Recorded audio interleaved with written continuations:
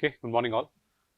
So yesterday we were talking about the various methodologies with which we can utilize an air-entraining agent in concrete, and looking at some potential compounds that act as air-entraining agents. As we discussed, the molecule is fairly similar to the water reducer, except that it does not have a main hydrophilic chain.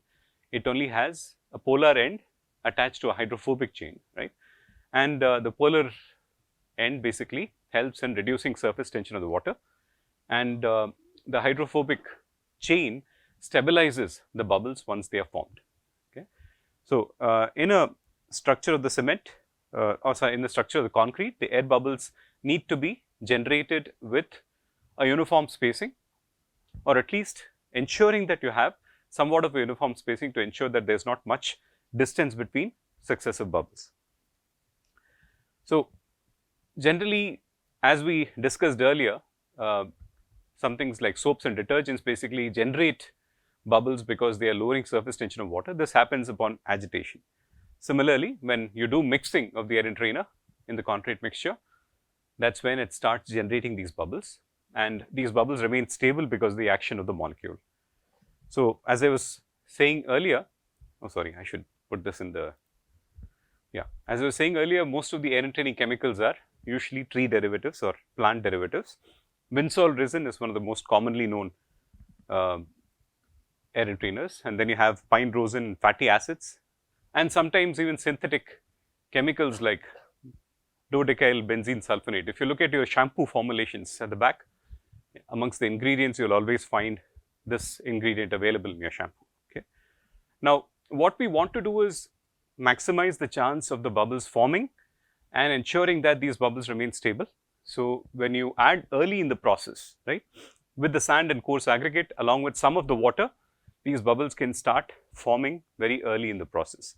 Now, I talked earlier about this example where in ready-mix concrete plants where people store chemicals in drums, the mixing of air-entraining agents with other chemicals may lead to solidification of the resin, and that kind of blocks the pipes, right?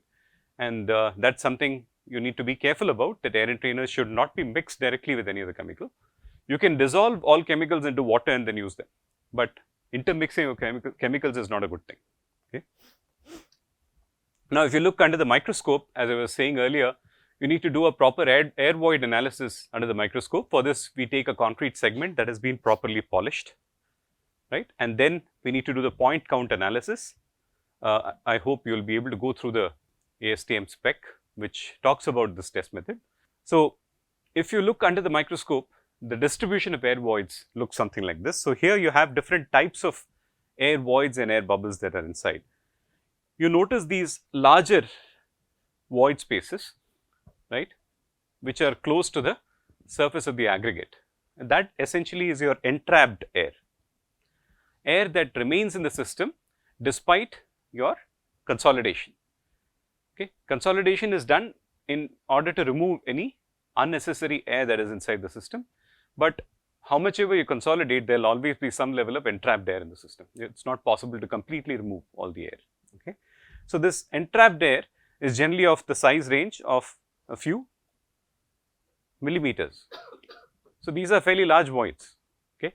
Entrapped air could also be formed because of bleed channels. Okay. Let's say you have a large aggregate, and the bleed water that is trying to rise to the surface gets trapped between the, or right under the aggregate. So that becomes a void now. It is almost similar to an entrapped air void, except that in this case, it may be water filled if the water is still there, but the water can also distribute itself into the paste and leave behind a void right under the aggregate. Okay. So that's a bleed channel related void. So this could be a bleed channel related void also, right. So this is voids that cannot be removed even by proper consolidation. On the other hand, entrained air are what you see as the miniature air bubbles, which are looking almost circular, because air bubbles are expected to be spherical in shape, and because of that you see them dispersed widely in the paste.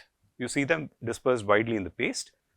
Of course, from this picture, because there is no scale, you can't really tell the distance between successive air bubbles, but it has to be ensured that whenever a microscopic image is presented, there should be some scale involved to try and understand what the sizes that you're looking at are. That's why if you look at pictures of exploration, they put a pen alongside the object that has been captured, because you know the size of a pen, you can associate the size of the object related to the size of the pen, right.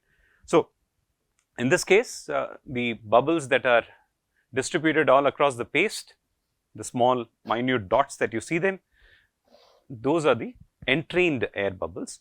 Entrained air, what was the size of entrained air? We saw this in the first chapter. Maybe tens of microns to maybe about 0.1 mm. Tens of microns, maybe 10, 20 microns, all the way up to 100 microns. 0.1 mm is 100 microns. Okay. Could be somewhat more than that sometimes also. Sometimes these bubbles may coalesce and form a larger bubble. Okay. But in most cases, the sizes will be between tens of microns to 0.1 mm. Okay. So, they have to be embedded uniformly in the paste to ensure that your distance of travel of water is restricted to less than 200 microns. Okay.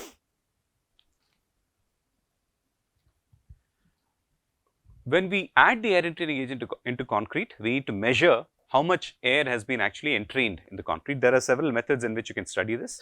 Of course, the petrographic method that I talked about, which looks at polishing concrete specimens and looking at the microscope to do an air void count analysis, that is 457. I think I by mistake said it is ASTM C457, study of air void parameters inside hardened concrete. So, this is something that petrographers use to determine whether the air void system is efficient enough to protect against freezing and thawing.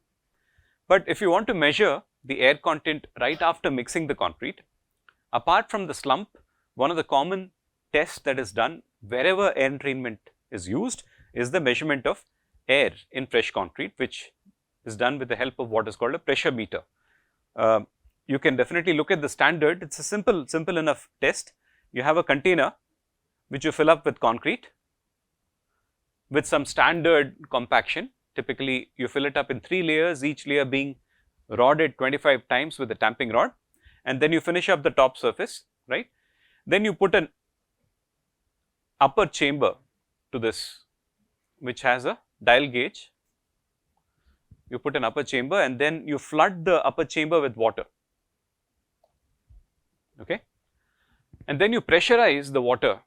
After it completely fills up the upper chamber, you pressurize the water. What will happen is, as you pressurize the water, it will start entering the concrete into the air voids.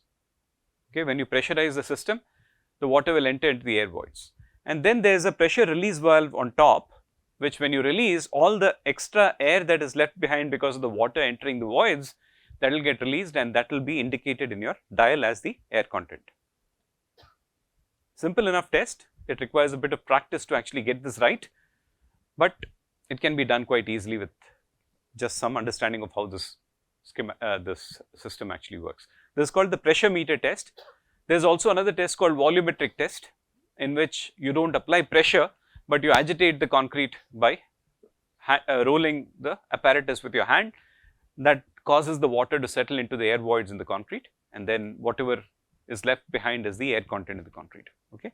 So, this has to be done along with the slump test whenever fresh concrete is tested for concrete that is subjected to freezing and thawing cycles. Okay. You have to ensure the air content is properly met. For most cases, if you want a very good resistance against freezing and thawing, the air content should be at least 6 to 8%. When you need excellent resistance to freezing and thawing, air content should be 6 to 8%. So, when you design this concrete with 6 to 8% air, you obviously have to take into account the fact that this is going to reduce your strength significantly, right. Even if you assume 5% reduction in strength, means we are talking about 30 to 40% reduction compared to a reference concrete. So, you have to up your design by lowering the water to cement ratio that you use for air-entrained concrete.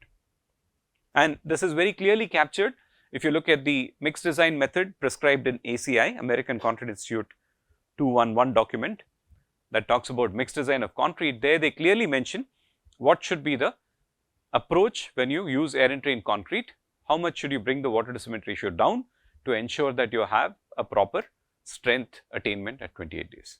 How do we this pressure meter test will measure the total air, entrapped and entrained air, correct. How would we distinguish?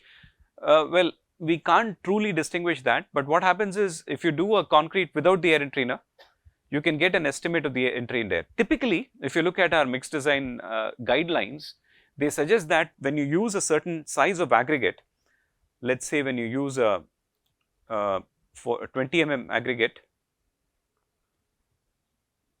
we assume that about 1.5% entrapped air will be there in the system. It's an assumption based on data that has been collected from multiple concretes. Without any air entrainment, you will get about 1.5% air. Okay. So, when you use 20 mm aggregate, so you assume that about 1.5% of the total air is entrapped.